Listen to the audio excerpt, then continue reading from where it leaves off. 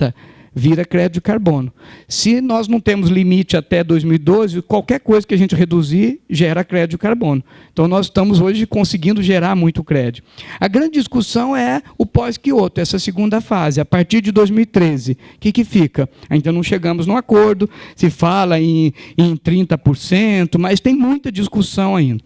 Não importa, o fato é que mesmo 5,2, que não vai fazer diferença nenhuma, o que permitiu que foi um novo instrumento, criou-se a commodity ambiental, que o crédito de carbono hoje faz sentido. Então, isso mudou significativamente. Então, a partir do momento que todo mundo entendeu isso, né, que tem que dividir o mundo em dois grupos, porque o carbono demora até 300 anos para se decompor, então o que está causando mal hoje foi feito pelos primeiros países que se industrializaram. Então, isso faz sentido. Já é bastante entendido o problema, né? Emissão de gases, as suas causas, agressão à camada de ozônio, que afeta todo mundo do mesmo jeito, e os raios ultravioletas, com todos os seus problemas que aparecem. Então, como é um problema geral, a solução também deve ser geral.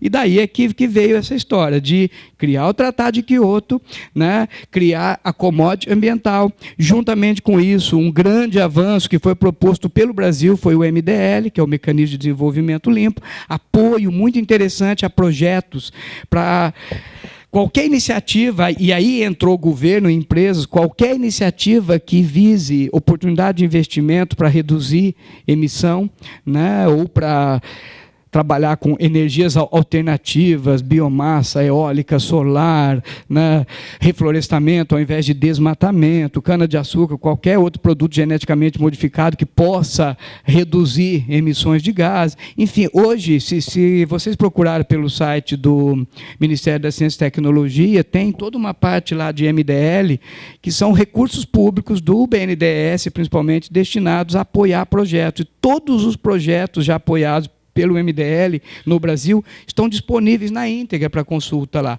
O primeiro projeto foi aprovado, foi uma usina de reciclagem de lixo chamada Nova Gerara, em Nova Iguaçu, no Rio, que foi a primeira usina que gera metano a partir da decomposição do lixo. Então, além da reciclagem, o lixo orgânico ainda gera metano e gera energia elétrica a partir disso. Essa usina foi financiada pelo BNDES, dentro desse projeto do MDL. Não só a BNDES, tem muito dinheiro intermediado pela ONU também. E a ideia foi poder trocar isso. Então, a partir do momento que eu tenho essa condição, eu posso permitir que tenha uma implementação conjunta. Então, os países membros da ONU têm suas metas a cumprir, seu compromisso. Então, supondo, sei lá, um país como a Holanda, por exemplo, se ela não conseguir de maneira alguma reduzir suas emissões dentro do seu compromisso estabelecido por ano, ela tem a opção de investir em um país que tenha condição de reduzir. E aí ela gera crédito de carbono que abate na sua meta. Então, é por isso que tem muita empresa e governo estrangeiro investindo aqui, que é mais fácil reduzir em países como o Brasil, em países tropicais, né? Esse aterro sanitário de Nova Iguaçu, chama Nova Gerar, ele foi feito com recurso do BNDES e do governo da Holanda, né? Por uma questão simples, para gerar o gás metano da decomposição do lixo orgânico, é necessário calor. E não é por acaso que foi feito em Nova Iguaçu, que é quente para danar, né? Então, o lixo decompõe naturalmente. Algo semelhante, se fosse tentar fazer na Europa, em um país frio, teria que aquecer o lixo para ter essa decomposição, já não é economicamente viável. Então, é muito mais natural fazer isso aqui. Então, veio toda essa questão. O que interessa aí é que se criou um instrumento interessante, né? Um novo mercado, que é o chamado das reduções certificadas de emissão, que permite fazer essa implementação conjunta, negociar, trocar, né? A commodity ambiental passou a ser negociada como uma commodity qualquer, como se fosse boi gordo, petróleo, soja, ouro, né? Então, ela é negociada nas bolsas, apesar de ter iniciado na Bolsa do Clima de Chicago, que foi feita só para negociação de crédito de carbono. Hoje, todas as bolsas, aqui em São Paulo, a BMF, negocia normalmente os créditos de carbono. É mais uma commodity. A tendência é que isso aumente tremendamente, né? Porque estima-se que, a partir de 2013, as metas vão ficar mais rígidas, apesar de ainda não ter entrado num consenso, e vai ficar cada vez mais difícil reduzir emissões e automaticamente gerar crédito de carbono. Um crédito de carbono é 1 tonelada que eu consigo comprovar que eu reduzi. Tá? Um crédito, 1 tonelada, hoje é vendido aí, na média, em torno de entre 19 e 20 dólares por tonelada, o que é considerado já significativo, mas ainda muito pouco perto do potencial que tem. Então, a ideia é que, à medida que os compromissos se tornarem mais rígidos, vai ficar muito difícil de reduzir, e aí o preço vai subir. E aí fica mais interessante. Uma das críticas dos que são contrários ao Tratado de Kyoto é justamente isso. Eu sou contra porque isso equivaleu a criar um preço para a poluição, né? Eu posso poluir o quanto quiser, desde que eu consiga pagar, ou desde que eu possa pagar por uma redução, comprar crédito. Então, criou um preço para poluir. Tudo bem, foi isso mesmo. A tendência é que, na segunda fase, isso aumente significativamente, e esse preço vai ficar alto demais para alguém pensar em pagar. Tá? Então, claro, o que entende-se todos hoje é que estamos numa fase experimental. A primeira fase de Kyoto é teste, né? Então, aí tem as várias formas de reduzir, né, que envolve o MDL, que é essa capacidade de recurso público, ou dos países fazendo a implementação conjunta, né, de que um outro país investe aqui, e o comércio de emissões, que criou esse mercado. Na prática, os países do anexo 1, que têm seus compromissos rígidos, acabam repassando isso para suas indústrias principais, mais poluentes. Então, sei lá, eu tenho vamos imaginar, o governo da Inglaterra calcula quantas toneladas por dia significa esse 5,2% em relação a 90%. Ele identifica o compromisso diário de redução do país e divide isso entre as suas principais indústrias poluentes, levando em conta a sua operação, a sua quantidade. Então, ele fixou cotas de redução para cada empresa mais agressiva, mais poluente. E isso passa a ser interesse da empresa. Ela é cobrada por isso. Se ela não conseguir reduzir, tem que comprar de quem consegue, ou tem que investir em outro país. Isso foi um movimento muito interessante, foi o que a gente começou a trabalhar. A grande discussão hoje é essa: o que vai ser a partir de 2013? Né? Porque o tratado valeu por 4 anos, 2008 a 2012. Muita discussão sobre revisão, muita confusão, nenhum consenso até agora. Né? Sabe-se que o MDL funcionou muito bem, mas que é preciso investir mais, que tem que ter mais políticas cobrando dos países, das empresas, entendendo, então, se questiona muito, tem que aumentar muito as metas para os países do anexo 1 e começar a ter meta para os países do anexo 2. Mas nenhum consenso foi feito ainda. Isso começou a ser discutido em 2009, na COP15, lá em Copenhague, deu muito mais briga do que esperava. Foi a primeira vez que o Obama participou como presidente, esperava-se muito dele, ele simplesmente foi como ouvinte, não se manifestou.